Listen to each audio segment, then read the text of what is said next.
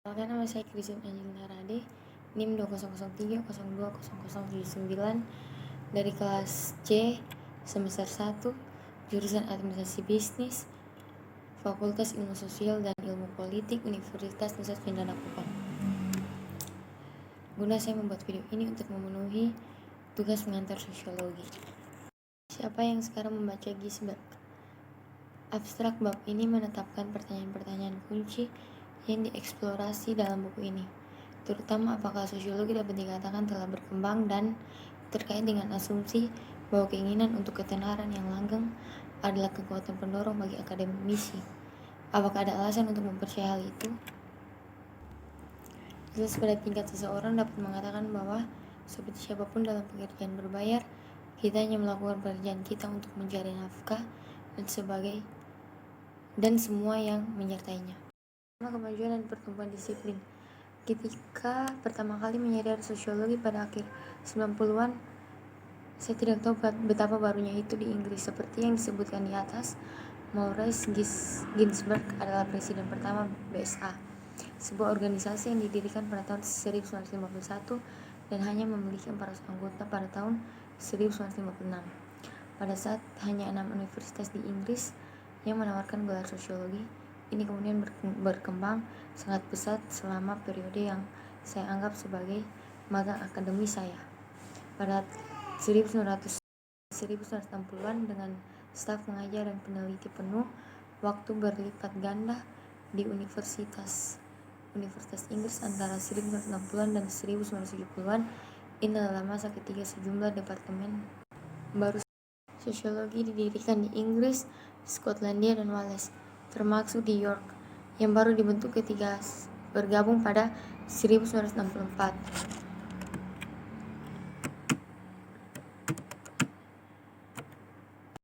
Yang berikut masalah dengan kutipan. Perlu diakui bahwa beberapa tindakan di atas tampaknya menawarkan kemungkinan untuk memperoleh indikator yang lebih andal tentang dampak penelitian seseorang daripada melakukan kutipan saja. Namun perlu juga diketahui bahwa banyak dari tindakan ini memiliki batasan serupa dengan yang disebutkan di atas untuk kutipan. Yang terpenting, tingginya sejumlah share atau mention di media sosial tidak selalu berarti artikel berkualitas tinggi. Ini mungkin disebut hanya karena mengandung sesuatu yang lucu atau tidak biasa. Selain itu, media sosial dapat dengan mudah dimanipulasi dengan suka atau sebutan yang dibayar atau dibuat secara artifisial, sehingga tidak secara akurat mencerminkan tingkat kepentingan publik yang sebenarnya dalam temuan yang dipermasalahkan. Yang berikut sosiologi bersifat kumulatif dan progresif. Abstrak asumsi bahwa sosiologi bersifat kumulatif dan progresif adalah karakteristik dari kebanyakan pengajaran dan penelitian. Tetapi klaim semacam itu diragukan karena prestasi umumnya diberikan untuk pekerjaan yang dianggap asli. Meskipun penilaian tersebut bersifat subjektif dan semakin mudah untuk membuat semakin sedikit orang yang mengetahui sejarah disiplin ilmu tersebut. Selain itu, fakta bahwa perubahan masyarakat membuatnya mudah untuk menghasilkan temuan yang tampaknya baru. Meskipun menghasilkan data baru tidak setara dengan menambah pemahaman sosiologi. Kemajuan adalah topik yang mungkin menjadi perhatian sebagai besar akademisi. Lagi pula ini adalah sesuatu yang cenderung sering kita bicarakan saat kita mengukur kemajuan yang dibuat oleh siswa kita. Yang berikut kekeliruan kata terbaru. Mitos evolusi sosiologi adalah asumsi bahwa penelitian sosiologi selalu meningkat dan oleh karena itu penelitian masa lalu secara metodologis dan teoritis kurang canggih daripada penelitian yang lebih baru. Mitos ini jelas ada, meskipun secara komprehensif dibantah oleh tidak kurang seseorang daripada Robert Merton pada tahun 1980-an. Merujuknya dalam bentuk kekeliruan dari kata terbaru, ia menggambarkan asumsi kemajuan yang tak terhindarkan dan tak linear dalam pengetahuan, sebagai salah satu dari setengah kebenaran yang terutama jika tetap diam-diam mengarah pada keyakinan yang naif dalam satu kesatuan yang mantap dalam akumulasi pengetahuan ilmiah yang selektif dan tidak merata. Salah satu konsekuensi yang menyedihkan dan keyakinan akan kata terbau ini adalah bahwa hal itu dapat dengan mudah menyebabkan mahakarya masa lalu terabaikan karena seperti yang dikatakan Andre Abbott, berapa banyak siswa imigrasi yang telah membaca The Police Peasant di Eropa dan Amerika, yang mana sebagai salah satu karya klasik sosiologi pertama kali ini diterbitkan pada tahun 1918. Ia kemudian menjawab pertanyaannya sendiri dengan menyatakan bahwa jawabannya adalah tidak banyak, dengan menambahkan, tetapi itu karena kepercayaan pada penumpukan kemungkinan, mereka berasumsi bahwa semua bagian penting dari karya besar.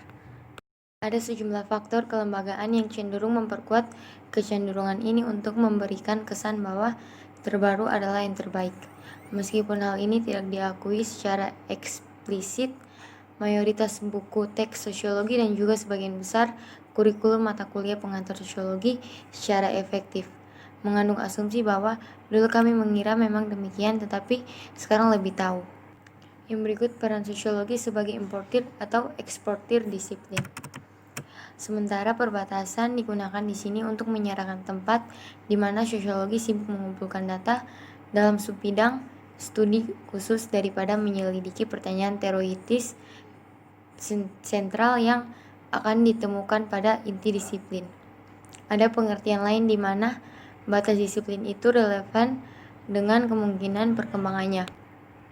Ini tentu saja adalah tingkat terdepannya dengan disiplin ilmu, dan karenanya pertanyaan tentang pentingnya perannya sebagai importir atau eksportir dan apakah khususnya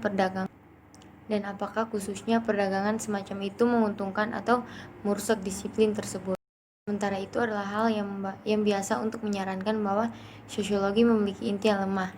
Beberapa bahkan lebih jauh dengan menyarankan bahwa ia tidak memiliki inti sama sekali karena mengimpor ide dan pemandangan dari tempat lain hanya bisa bermanfaat. John Urey adalah salah satunya keyakinan bahwa subjek memiliki beberapa karakteristik penting yang memberikan kesatuan koherensi dan tradisi bersama para pelakunya dan praktisi. Dan praktisi adalah mitos. Dengan kata lain, Urey tampaknya menerima bahwa masuknya perspektif baru ke dalam disiplin ilmu tidak terjadi terutama karena ini dilihat sebagai penyelesaian masalah disiplin yang ada, melainkan karena generasi baru sosiologi seringkali dipengaruhi oleh mahasiswa pasca sarjana sangat ingin merangkulnya. Charles Lemaitre mencatat fenomena ini mengamati bahwa beberapa generasi siswa sosiologi tidak segan mengabaikan rekomendasi tutor mereka sama sekali, menggantinya dengan preferensi mereka sendiri. Dia berkata tentang para pemberontak ini, apapun yang diminta guru untuk mereka baca bukanlah apa yang mereka baca dengan serius. Mengutip seorang sosiologi muda yang tidak disebutkan namanya yang mengatakan, tugasi kami Parsons jika Anda mau, tetapi kita akan membaca Foucault, proses di mana materi dimasukkan ke dalam sosiologi sebagai rangkaian akibat dari generasi baru yang menjadi korban mode ini. Bagi saya tampaknya tidak menjadi deskripsi praktik, di mana disiplin kemungkinan akan disegarkan atau direvitalisasi melalui penarikan intelektual atau darah dari disiplin akademis lain.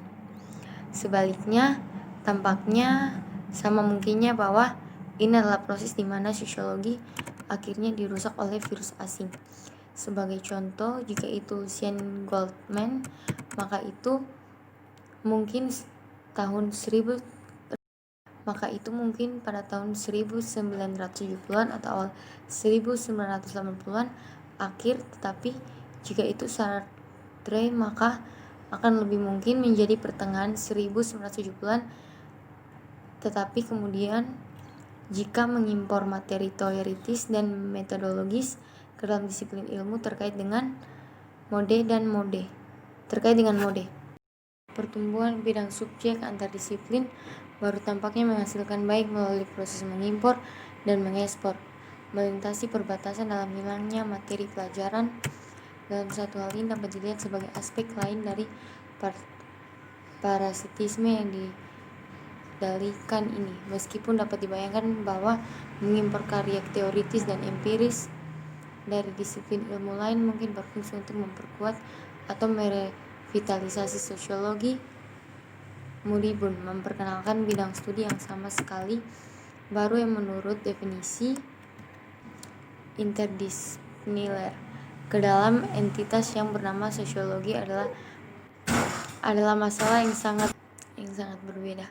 Suatu perkembangan yang orang sangka lebih mungkin melemahkan disiplin daripada memperkuatnya.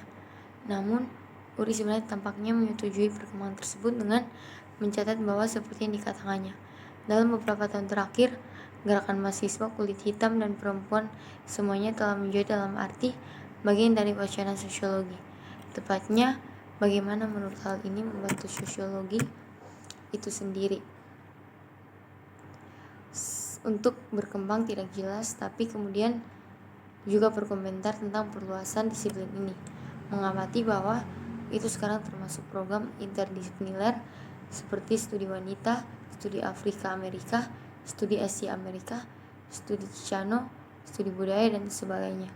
Namun tidak seperti Uri, dia tidak menilai perkembangan ini bermanfaat bagi disiplin ilmu, mengamati bahwa sementara ini semua adalah bidang pengajaran yang sah dan penyelidikan ilmiah yang seharusnya mendapat di universitas, termasuk mereka yang dalam sosiologi mengaburkan disiplin sosiologi.